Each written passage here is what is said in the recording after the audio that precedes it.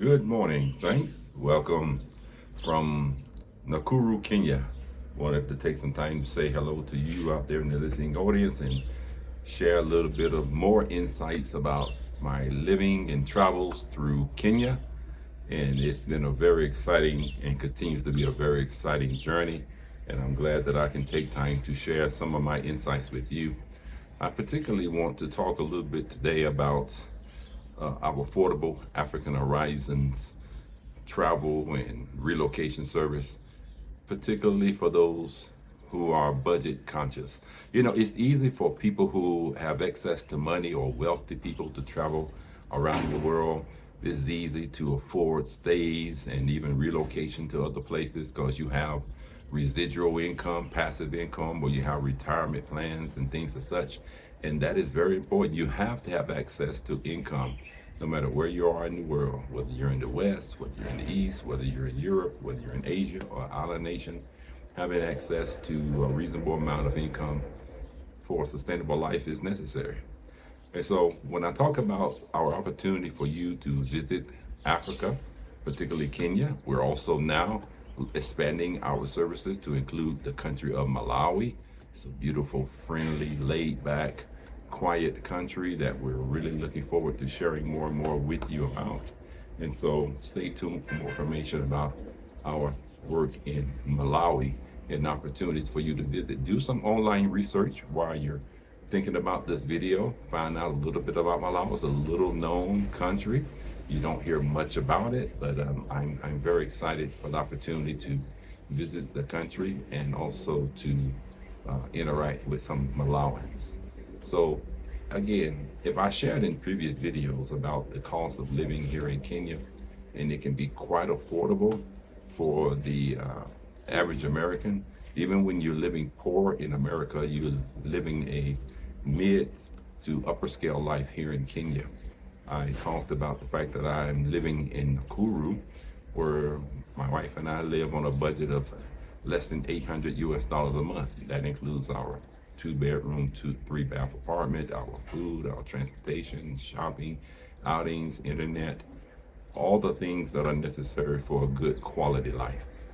And so, of course, that's not a lot of money in America, I guess, relatively speaking. But in the US, no one that I know of can afford a place to live and support their lifestyle with food, clothing, shopping, utilities, and everything's included with that for less than $800. So that's just one example of the affordable African Horizons mandate to assist the average person. Now, you have to deal with immigration, of course. You have to be able to qualify for immigration for long-term stays, but it's relatively simple to come to stay in Kenya for up to 3 months with the visa. They have an ETA here in Kenya, and I believe Malawi is similar. And so I'll be sharing more information with you about the differences and or similarities about the lifestyle choices here in Kenya, as well as those in Malawi, so that you can be able to weigh some decisions for yourself about the options that may be there for you. Tickets to fly to Kenya right now, I checked recently, they're a little over $1,000 for a round trip from JFK International in New York to Jomo Kenyatta International Airport in Nairobi. That's a direct flight, non-stop. It's like a 14-hour flight. Some people may not like to be stuck in a tube in the air for 14 hours, so you can have other options. Usually you may land in London, or some flights go to Turkey, some flights go through France, and then get the second leg of your trip to Kenya. And like I can say again, the prices range anywhere from $1,000 to $1,200 a round trip. We are scheduling a mission trip in December, from December 1st to the 15th. And you can schedule a visit anytime to come to the country. We can show you around. Our daughter lives in Nairobi. We have connections on the coast of Mombasa, Akunda Beach, Diani. So you enjoy the beautiful coast in the beach area of Kenya. Yes, I think many people are not aware that Kenya has one of the most beautiful coastlines in all the world. Many Europeans have been enjoying it for years and years and years, but I think most Black Americans or those coming from diaspora may not be aware of the beauty of the coast of Kenya. And then on the western side, you have Lake Victoria, one of the largest lakes in the world, where you can enjoy a coastal, a lakeside life in that area. Here in the highlands of Nakuru, you have beautiful national parks. We have Menengai Crater, Lake Salai, you have Lake Elementata, and you have many other natural nature reserves in this area.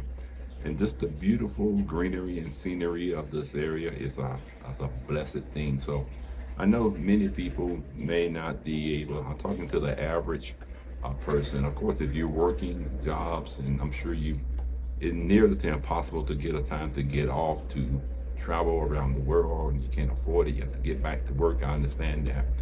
And I really suggest you not come visit the country for less than 14 days. Even 14 days will seem like not enough for you, but at least it may give you a glimpse of what the life is like over here on this side of the world. Many people paint a wrong picture of Africa. Of course, when we were growing up, we thought of Africa as just very poverty-stricken children with swollen stomachs and flies on their face and drinking bowls. And there have been times of famine in various African countries where people may have been in those conditions, but for the most part, that's not the case in the majority of Africa. Certainly not the case that I've seen here in Kenya now. Of course, there are people who live less prosperous than others, but that's true in every country. You'll find people in America eating out of dumpsters for whatever reasons, living under bridges, living in their cars, sleeping on the streets and parks on benches. So poverty is not exclusive to nations in Africa. There's poverty in every nation of the world.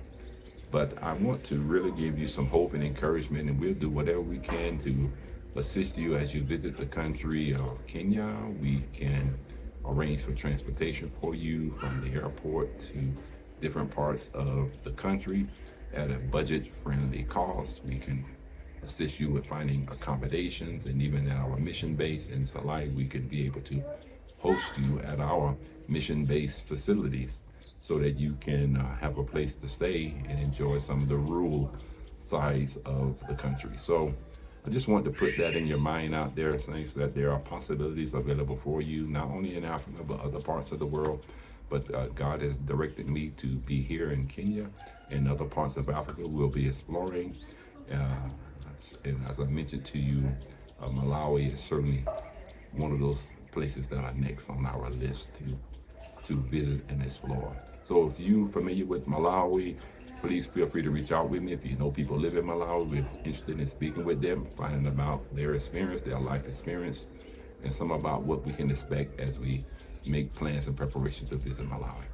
Well, again, God bless you, God prosper you. I want to see every one of you living your best life and finding your purpose in God. Until next time we speak, Kwaheri, bye for now. Ciao.